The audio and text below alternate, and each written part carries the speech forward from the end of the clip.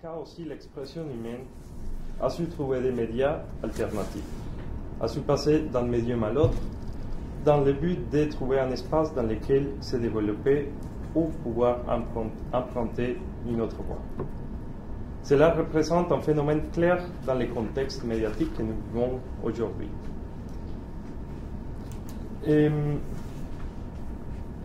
Pensons par exemple au phénomène de médiactivisme et aux expériences médiatiques et transmédiales qu'il a su développer. Je vous parle de médiactivisme parce que je considère que l'une des caractéristiques fondamentales du phénomène de la transmédialité est la collectivisation de l'œuvre ou bien de l'information, bref, le fait de voir l'acte narratif comme un acte purement collectif.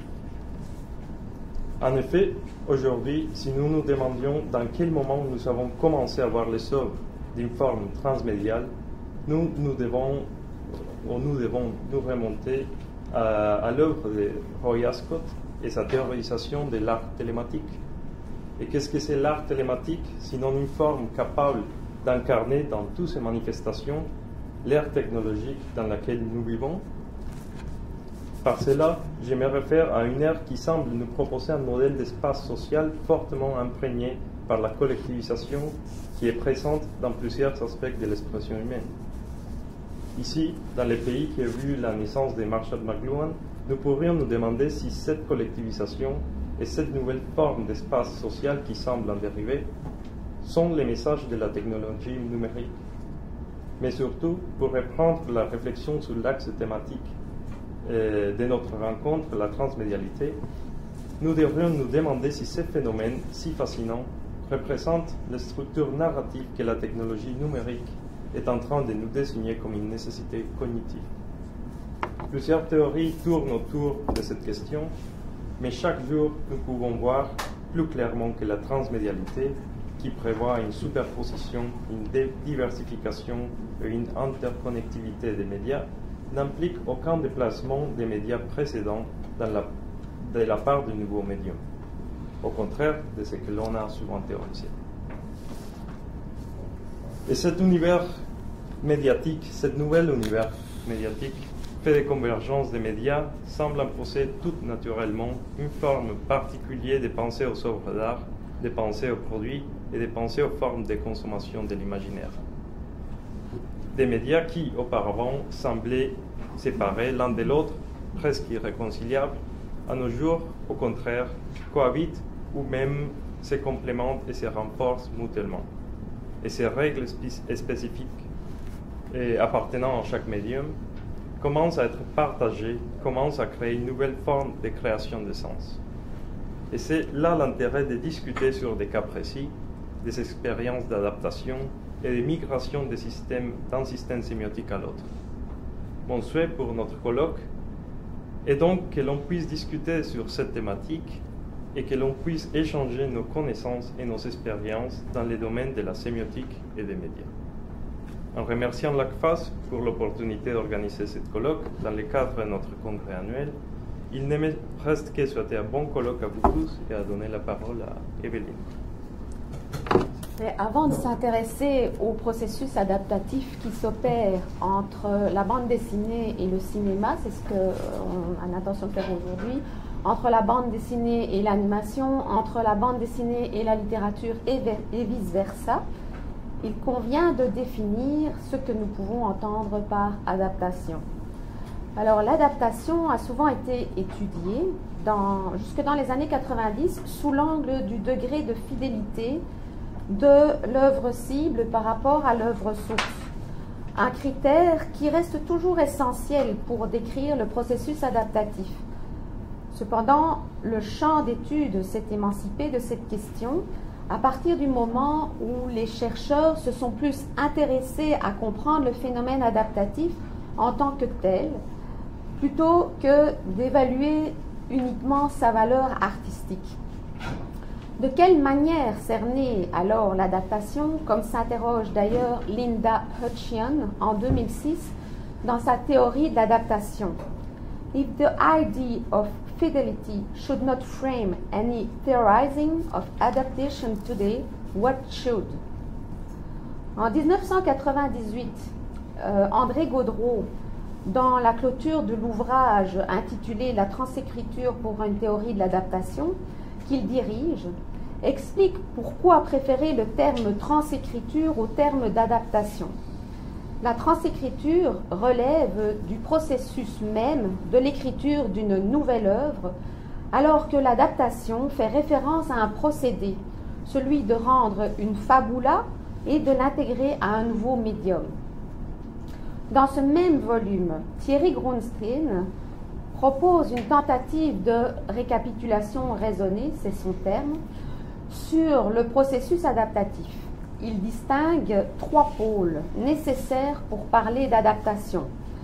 L'œuvre souche, donc qu'il appelle OE1, un processus de translation à partir de cette œuvre souche, et l'œuvre OE2 qui en résulte.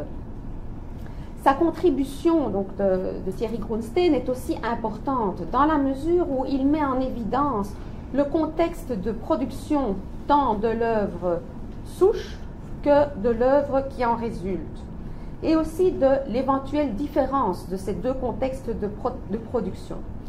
Il retient 4 principes constituants du phénomène adaptatif: la fable, donc Gaudreault appelait la fabula, c'est-à-dire le sujet que l'œuvre narre et développe, le média dans lequel elle s'incarne, le discours qu'elle tient explicitement et ou implicitement, enfin le texte qui en constitue finalement la surface phénoménologique, c'est-à-dire les mots, mais aussi les images, le son, le mouvement suivant le médium. Avec sa monographie très érudite, A Theory of Adaptation, dont j'ai déjà parlé tout à l'heure, qui grouille d'exemples allant de la littérature au cinéma, en passant par l'opéra et les jeux vidéo, Linda Hutcheon vise clairement à comprendre l'adaptation tant comme produit de création et de réception que comme processus ainsi qu'à en proposer par un système interrogatif de quoi, qui, pourquoi, comment, où, quand, une théorie générale, quels que soient les objets adaptés et adaptants. En effet, Linda Hutcheon souligne néanmoins la difficulté de définir l'adaptation. Yet, however straightforward the idea of adaptation may appear on the surface, it is actually very difficult to define, in part because we use the same word for the process and the product. Louis Hébert, dans son dictionnaire de sémiotique générale, propose une définition de l'adaptation qui distingue aussi, comme le faisait Hutcheon, le processus du produit. Et pour l'entrée en matière de ce colloque, je propose de retenir la définition que cet auteur pose pour l'adaptation. Donc l'adaptation, je le cite, est à la fois, au sens le plus restreint, l'opération, le processus par lequel on modifie une œuvre, généralement en la faisant passer d'un genre à un autre, et ce, au sein d'une même sémiotique, donc d'un même langage. Par exemple, Michel Tournier a fait pour la jeunesse une adaptation de son roman pour adultes, Vendredi ou les limbes du Pacifique. Ou donc, d'une sémiotique à une autre, par exemple un roman qui est adapté au cinéma, mais aussi, par extension, l'adaptation, c'est le résultat du processus. Par ailleurs, la sémiotique de l'adaptation telle que celle qu'a développée Louis Hébert rend compte, entre autres, des différents types d'opérations effectuées par un sujet sur un produit sémiotique pour en créer un nouveau. Louis Hébert fusionne 3 typologies des opérations de transformation, dont celles qui sont issues du groupe Mu et de Klinkenberg, ainsi que de Claude Zilberberg et de François Rastier. Il en écarte quelques-unes, telles que la permutation, la substitution et le déplacement intense, et il ajoute l'opération de déplacement. J'aurais aimé vous présenter un joli petit tableau, mais pour beaucoup de soucis d'ordinateur, le petit tableau il est rendu sur la rive nord. Voilà. Donc, il y a plusieurs opérations de l'adaptation. On peut parler de, on ajoute des éléments, ou on les mélange, on les supprime, on les substitue, ça veut dire qu'on supprime finalement et qu'on ajoute. On les permute, donc on les supprime aussi également et on les ajoute, mais avec un autre type finalement d'opération. On le déplace simplement ou on le conserve. Et tout ça, ce sont les opérations que je viens de vous citer, sont des opérations qui ont lieu sur les substances. Et il existe des opérations sur les intensités, c'est-à-dire on augmente l'intensité, on diminue l'intensité ou on conserve l'intensité.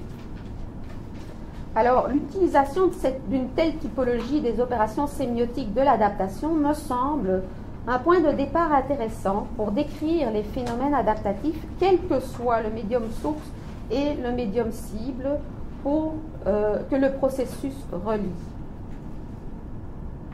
Donc, je pense que c'est un bon point de départ pour aujourd'hui. Donc, après cette introduction que nous venons de vous faire, je vous propose d'écouter nos conférenciers et notre conférencier d'aujourd'hui qui est David Roche, et aussi d'entendre toutes vos communications dans les 3 jours qui viennent.